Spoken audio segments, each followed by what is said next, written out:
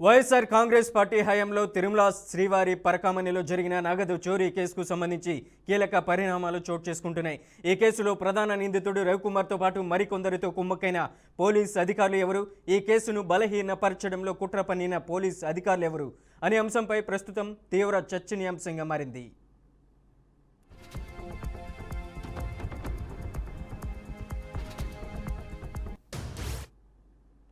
ఇక నిందితుడు రవికుమార్తో పాటు అప్పట్లో విధుల్లో ఉన్న పలువురు పోలీస్ అధికారులు కుమ్మక్కయ్యారన్న విషయం సిఐడి నివేదికలో స్పష్టంగా వెల్లడైందని హైకోర్టు తెలిపింది. ఇక ఈ కేసును బలహీనపరచడంలో పాత్ర వహించిన పోలీస్ అధికారులపై క్రమశిక్షణ చర్యలు తీసుకోవాలని హైకోర్టు ఆదేశాలు జారీ చేసింది. దీంతో ఆ అధికారులు ఎవరనే అంశంపై పెద్ద ఎత్తున చర్చ సాగుతుంది. లోక్ అదాలత్లో జరిగిన రాజీ మినహా మిగతా అంశాల్లో చట్ట ప్రకారం ముందుకు వెళ్ళవచ్చని సిఐడి ఏసీబీ అధికారులకు హైకోర్టు స్పష్టం చేసింది. దీంతో ఇకపై జరగనున్న దర్యాప్తులో పోలీసు అధికారుల పాత్ర, వారి ప్రమేయానికి సంబంధించిన మరికొన్ని కీలక వివరాలు వెలుగులోకి వచ్చే అవకాశం ఉందని అధికారులు భావిస్తున్నారు.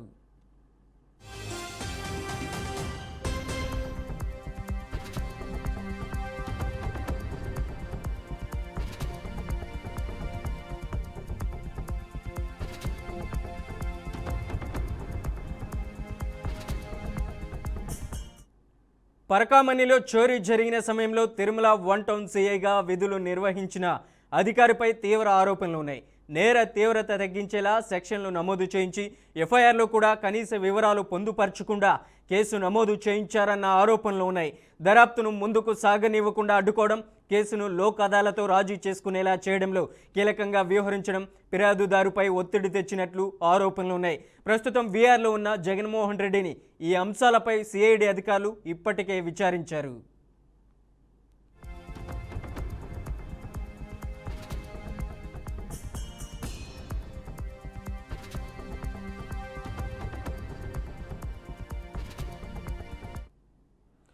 తిరుమల 1 టౌన్ సిఐ జగన్మోహన్ రెడ్డి ఆదేశాల మేరకు నిందితుడు రవికుమార్ను విచారించారని, అతడి ఆస్తుల వివరాలను పరిశీలించారని సమాచారం.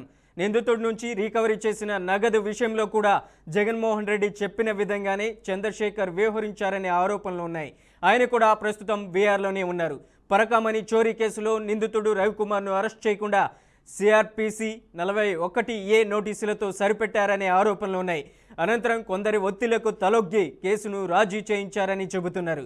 ప్రధాన నిందితుడు రవికుమార్, అతని కుటుంబ సభ్యులతో రామలక్ష్మారెడ్డికి సన్నిహిత సంబంధాలు ఉన్నట్లు సిఐడి ఇప్పటికే గుర్తించింది. ఆయన కూడా ప్రస్తుతం వీఆర్లో ఉన్నారు.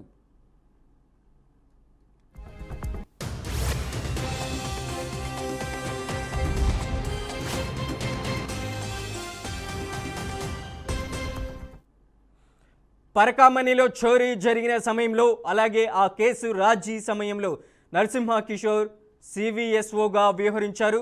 ఇక ఈ కేసులో సిఐడి ఇటీవల ఆయనను విచారించింది. మీకు తెలియకుండానే ఏవిఎస్ఓ స్థాయి అధికారి కేసును లోక్ అదాలత్లో రాజీ చేసుకోగలరా? అప్పటి ఏవిఎస్ఓ సతీష్ కుమార్పై మీరు ఒత్తిడి తెచ్చారా? ఎవరి ఆదేశాల మేరకు ఈ ఒత్తిడి జరిగింది? చోరీ జరిగిన రోజు విధుల్లో ఉన్న వారెవరు? వారిలో ఎంతమంది విచారించారు? ఎంతమందిని విచారించబోతున్నారు? విజిలెన్స్ ఇన్స్పెక్టర్ ఏమి నివేదిక ఇచ్చారు?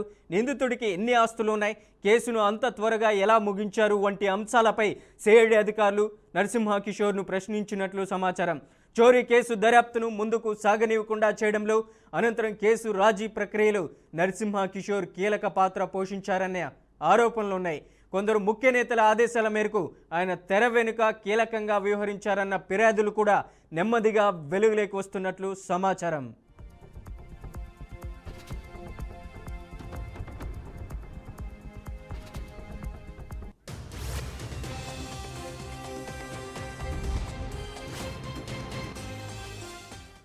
పరకామణి చోరీ కేసుకు సంబంధించి మరింత సమాచారం అందించడానికి మా ప్రతినిధి రీజనల్ కోఆర్డినేటర్ సుధీర్ ఫోన్ లైన్లో ఉన్నారు. సుధీర్, ఏంటి పరకామణి కేసులో పోలీసులు కుమ్మక్కయ్యారనేసి కూడా హైకోర్టు తాజాగా తెలియజేసినటువంటి పరిస్థితి ఉంది, ఏంటి అప్డేట్? మనోజ్, ఏదైతే తిరుమల శ్రీవారి పరకామణి చోరీ కేసు జరిగిందో ఇది ఒక కీలక మలుపు తిరిగిందని కూడా చెప్పుకోవచ్చు. ఇప్పటి వరకు నిందితుడు రవికుమార్ దొంగతనం చేసినటువంటి సీసీ ఫుటేజ్ల ఆధారంగా ఈ ఒక విషయం అంతా కూడా వెలుగులోకి రావడం జరిగింది. అనంతరం హైకోర్టు ఆదేశాల మేరకు సిఐడి డీజీ రవిశంకర్ అయ్యన్నారు దీని మీద పూర్తిగా కేసు దర్యాప్తు కొనసాగించారు. అప్పట్లో ఉన్నటువంటి పాలక మండలి తీర్మానాలు కావచ్చు, అలాగే 1 టౌన్ పోలీస్ స్టేషన్ లో కేసు నమోదైనటువంటి యొక్క సీసీ రికార్డ్స్ కావచ్చు, అలాగే ఈ యొక్క సీసీ ఫుటేజ్ ఇవన్నీ కూడా హైకోర్టుకి సమర్పించిన తర్వాత ఈ రోజు ఇచ్చినటువంటి ఏవైతే వీళ్ళు నివేదిక ఇచ్చింటారో ఇది యొక్క దీంట్లో పోలీసుల పాత్ర అప్పట్లో ఎవరైతే 1 టౌన్ పోలీసులో ఉన్నటువంటి సిఐ కావచ్చు, ఇతర పోలీసులు కావచ్చు, వీళ్ళ పాత్రలు ఉన్నట్టు కూడా గుర్తించడం జరిగింది. అయితే లోక్ అదాలత్లో ఈ యొక్క కేసును రాజీ కుదుర్చుకున్న సమయానికి అప్పట్లో ఉన్నటువంటి అధికారులు కావచ్చు, పాలక మండలి కావచ్చు, ఎవరు ఈ యొక్క రాజీని దగ్గరుని మరి చేయించినటువంటి వ్యక్తులు ఉన్నారు. వీళ్ళంతా కూడా విచారణ చేపట్టేటువంటి దిశగా మరింత వేగం అవుతుంది ఈ యొక్క దర్యాప్తు అనేది కూడా మనం చెప్పుకోవచ్చు. అలాగే ఇక అప్పట్లో 1 టౌన్ సిఐ ఉన్నటువంటి దీంట్లో తీవ్ర ఆరోపణలు కూడా వచ్చినటువంటి పరిస్థితి అయితే ఉంది. అయితే అతని మీద సెక్షన్లు తీవ్రత లేకుండా మార్చి ఫిర్యాదుదారుడు ఒత్తిడి తెచ్చినట్టు ఆరోపణలు కూడా రావడం జరిగింది.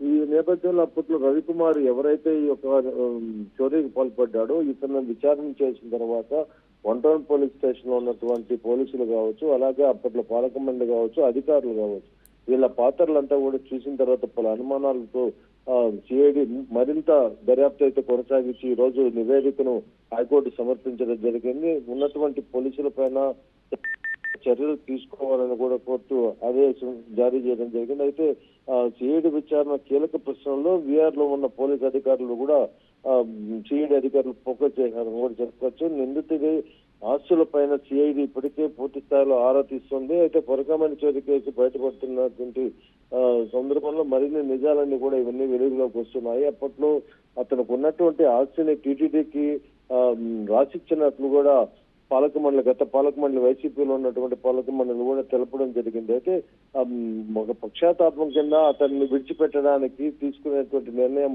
పాలక మండలికి ఏమాత్రం హక్కు లేదని కూడా భక్తులంతా కూడా పూర్తి స్థాయిలో అప్పట్లో ఆగ్రహం కూడా వ్యక్తం చేశారు. అయితే ఇప్పటి వరకు ఉన్నటువంటి అధికారులు ఆ సమయాన వాళ్ళంతా కూడా పూర్తి స్థాయిలో విచారణ కొనసాగించి అలాగే పోలీసుల పైన కూడా చర్యలు తీసుకోవాలని కూడా హైకోర్టు ఆదేశాలు జారీ చేసింది. Right Sudheer, thank you for the updates.